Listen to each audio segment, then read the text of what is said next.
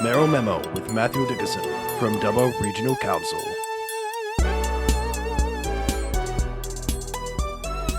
.5 Triple M, it is Jodi and Matho for breakfast, and we are joined this morning by the Mayor of Dubbo, Matthew Dickerson. How are you, Matt? Always my pleasure to be joining Jodi and Matho. Thank you very much for having me along. That's absolutely our pleasure, mate. Hey, let us know. Citizenship happened just yesterday, and we've got a few new members of the Australian citizenshipness. It's a very exciting ceremony. I actually say to people, if ever you're feeling down about yourself, down about life, go and attend a citizenship ceremony. There's such a buzz in the room. These people are so excited to be Aussies. They've got some family and friends. There's probably about 100 in the room. We had 35 new citizens yesterday, and we've actually had to do them more often. We were getting to the stage where the ceremonies were getting too big, and it loses a bit of that personal touch when it gets too big. So we do them about every 2 months now, and we're getting those sort of numbers through every 2 months, so 35, sometimes even 40. And the flavour's changed a lot over the last 12 years. Matthew, I did my first citizenship 12 years ago, and it was mainly people from the UK, New Zealand, some Canadians maybe even some Americans, and then maybe one or two people from the Asian subcontinent. Now it was Indians, Nepalese, Sri Lankans, so a lot of people Asian subcontinent. We actually had a few people from the UK yesterday as well, and one of them was a classic. I love talking to people afterwards, and I won't say any of their names, but one of them was a classic. He was in his 50s. He had 2 adult children who were Aussies. He's got an Aussie wife. He's been here since he was 16 years of age. And I said, So it's taken you a while? He said, Aussies are pretty laid back. I thought I'd get around to it one day. And I thought, that is so Aussie. That's great. You are a great Aussie.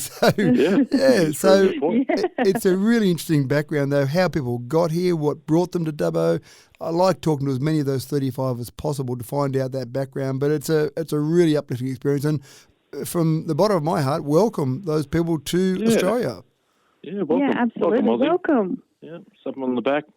Invite them to a barbie. We gave them some Vegemite. We give them a gift pack chewy with a range of things in it, and one of them is Vegemite. So I do tell them if they haven't had the pleasure of Vegemite yet, then they've got a little tiny pack in there to get used to the taste. It's one of those little plastic packs that you get at a restaurant. Oh, okay. So that's enough to do them for about a 5-year supply, I think, with the amount of Vegemite you put on toast. A lot of butter, a little bit of Vegemite, just to start off with, and then you can get seasoned like I do, and I have just a scoop of Vegemite out of the jar. Yeah, no way. No, it can't be eaten like that, Jodi. No. Yeah, I love it.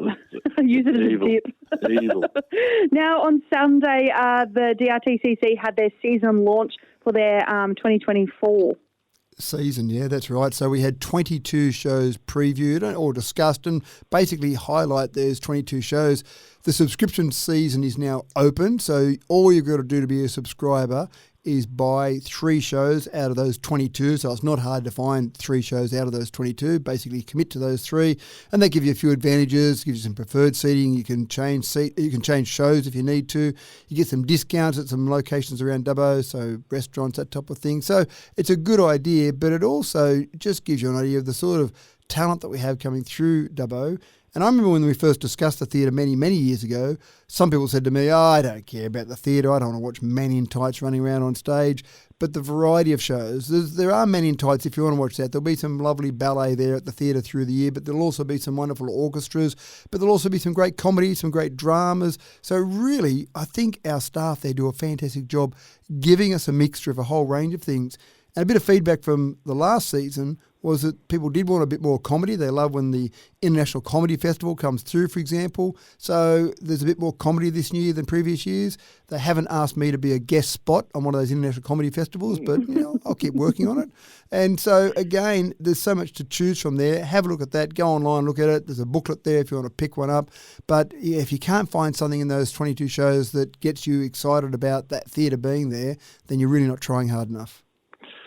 Yeah, so go over to Butchers of that, and you get out to the theatre. It's always good fun. Australia Day nominations are open. Absolutely right. So, yes, you could nominate Jodi, you could nominate Matho, you could nominate anyone you think is doing something wonderful for Dubbo. And there's a number of different categories. You've got the Citizen of the Year and then the Young Citizen of the Year and those type of categories. You've got sports people. But there's another one we introduced a few years ago, a Service to Sports Award, because sports people are out there doing some wonderful work, but it relies on some people behind the scenes to make sure that it all runs properly. So we've got a service to sport. We've also got a cultural person of the year. I was thinking of you two for this one, maybe, the cultural person of the year. I like it. Someone that contributes to culture in our community.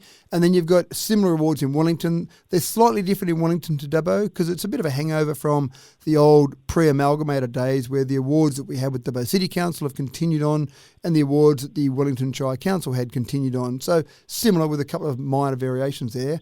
Those awards are open for nominations until the 9th of January. Obviously, they'll be handed out as part of the Australia Day celebrations in Wellington and Dubbo. But if you've got someone that you know that's doing some good things, whatever category it might be applicable for, go and nominate them. It doesn't take that long to nominate them. And don't just always assume that, they're not worthy or someone else will get around to it.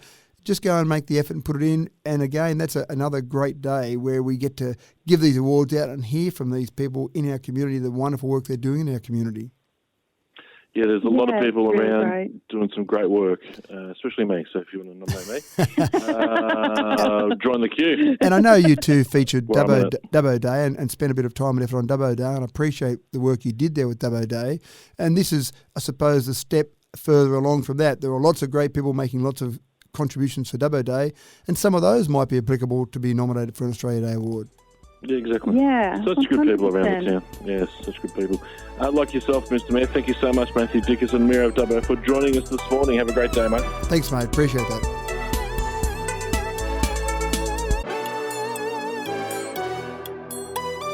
Mayoral Memo with Matthew Dickinson from Dubbo Regional Council.